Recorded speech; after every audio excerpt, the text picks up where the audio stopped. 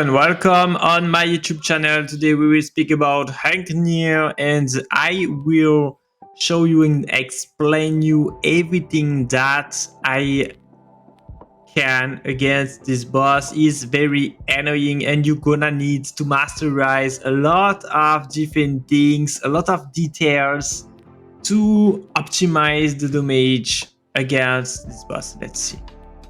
This could be us. So back to what I was saying.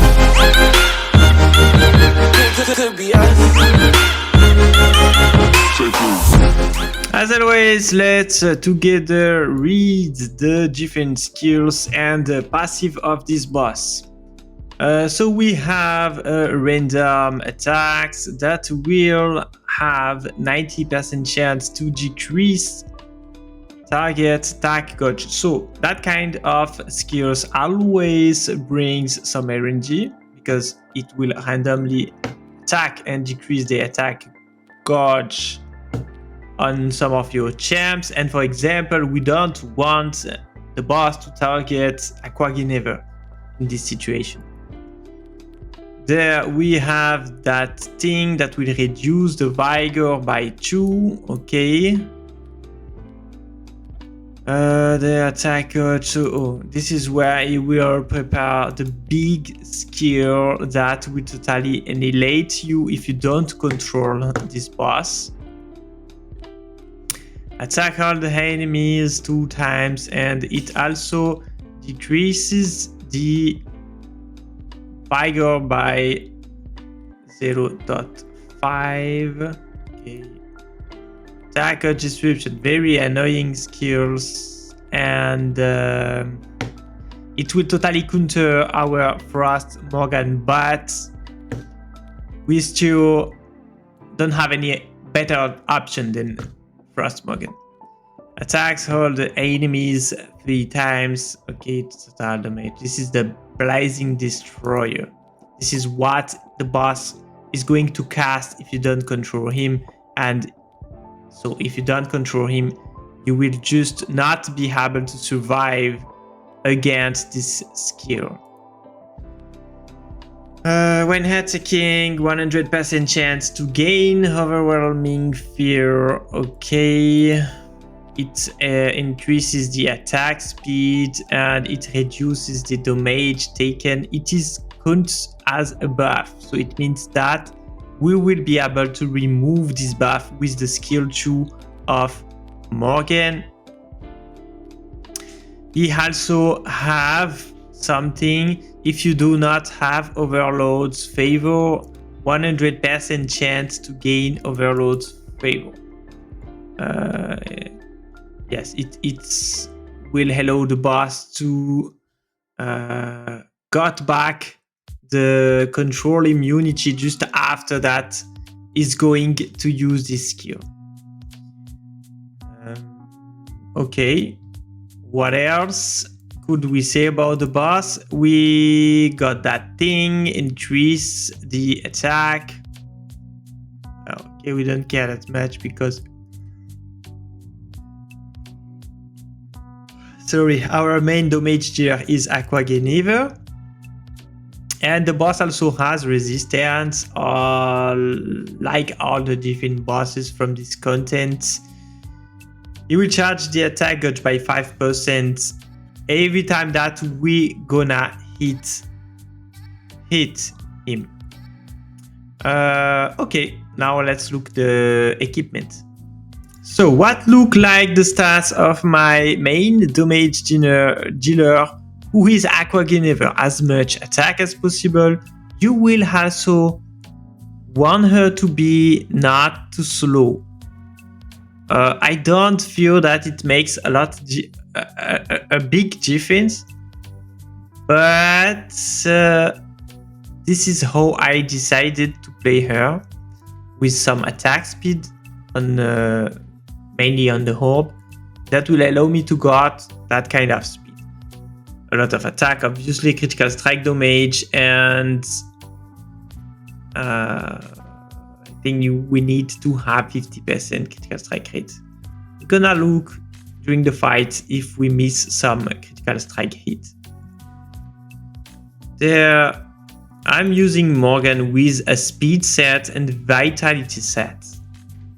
As much effect accuracy as possible and as much attack speed as possible. I also play Nikkei with 203 speeds that allow her to be a little bit faster than Hrungnir, and that guy has absolutely +0 speeds. He just needs to have some effect accuracy, and that's it. Someone has to be in a unity set. You can't stack unity set, but you must have. It is up to you, Nikkei or Badwin in a unity set. It will increase the attack and the defense by 10%. Okay. Skill order settings, it doesn't matter because sadly you will have to play manually during the fight. So let's see what will you have to do during the fight. So we start the fight with the skill 3 2 times, skill 3 of Nikkei. We want to trigger as much focus buff as possible. That's why we will use another skill 3 on Frost Morgan. And now we can start to use the skill 2. There we want to charge the Vigor. That's why we used the skill 1 on Badwin. And then spam as much as you can the skill 2 from Nikkei on Hrungnir. It will allow you to always have enough Vigor on Hrungnir to spam continuously the skill 3. And now the boss is going to use his specific mechanic. This is where you will have to control him. If you don't control the boss, then you will probably not be able to survive. You can also do different things. You can, if the boss has 2 different attack down from Badwin, and if you also have the time to use the skill 3 and share the damage plus got the defense buff on your different champs, then as you can see you will be able to survive. And then now I need to use the skill 2 on Morgan, but sadly she doesn't have less than 50% HP, so I didn't trigger her first chivalry and I didn't change the weather to night, but this is what was supposed to happen. We will continue the fight. I'm gonna show you everything, but you know that you are supposed to change the weather at the first big AoE of the boss. That's why you will have to use the skill 2 of Badwin on the boss, and if he has 2 different attack down, then you will probably be able to survive at his AoE and also got Morgan with less than 50 HP. That's why you will be able to trigger her first chivalry. After that, you can continuously spam the skill 3 from Morgan on Hrungnir and allow her to play as much as you can. But the problem is also that the boss has a skill that will not allow you to charge the attack gauge for 3 turns. It doesn't matter, you still have to use the skill 3, but not on Morgan and herself. On any other champ, I recommend you to use it on Hrungnir. Even if it will not charge her attack gauge, it will always buff her and give barrier that will allow her to proc her passive. And now just pray for Badwin to silence the boss or for your Morgan to make him sleep. As you can see here, I triggered the sleep from the skill 1, but Something that you also need to understand is you don't want, the best configuration is obviously to silence the boss during the first turn of channeling. You don't want to control the boss at the first turn because you want to deal the maximum damage before to have the attack gauge disruption. But obviously you can't control that because you will never have 100% chance to silence the boss with Badwin. But as I said, if you want to focus on the best configuration, then you're gonna need to silence the boss at the first turn of the channeling skill. And then this is how you can optimize the damage against this boss. This is the key. It can change to 100 Hz to 120 Hz. If every time you can silence the boss during the first turn of channeling, then you will deal a lot of more damage against the boss.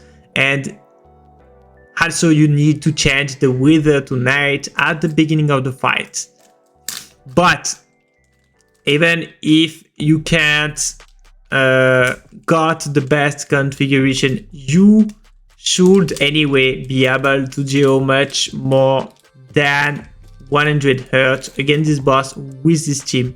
And I feel that this is already something good to get some decent rewards, a lot of good rewards from this content. So I will leave you there, guys. You can still watch the fight until the end, and we will meet again at the end of the fight.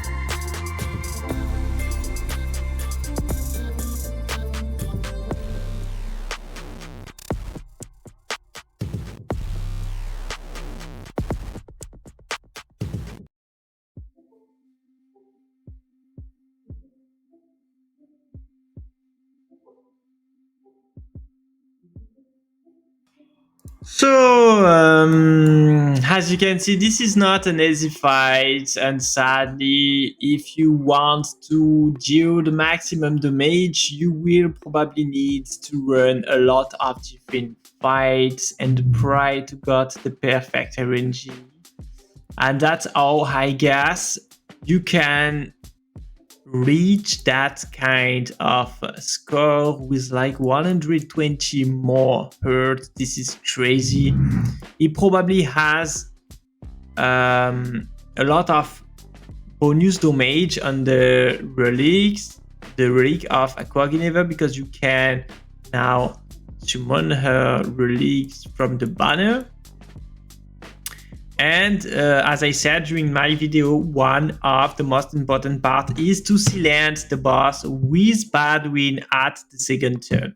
So remember that. And if you are enough lucky and you can have this configuration every time that the boss is channeling, then we'll probably deal the maximum damage that you can on your account. So guys, bye bye, enjoy the game, see you soon for another video.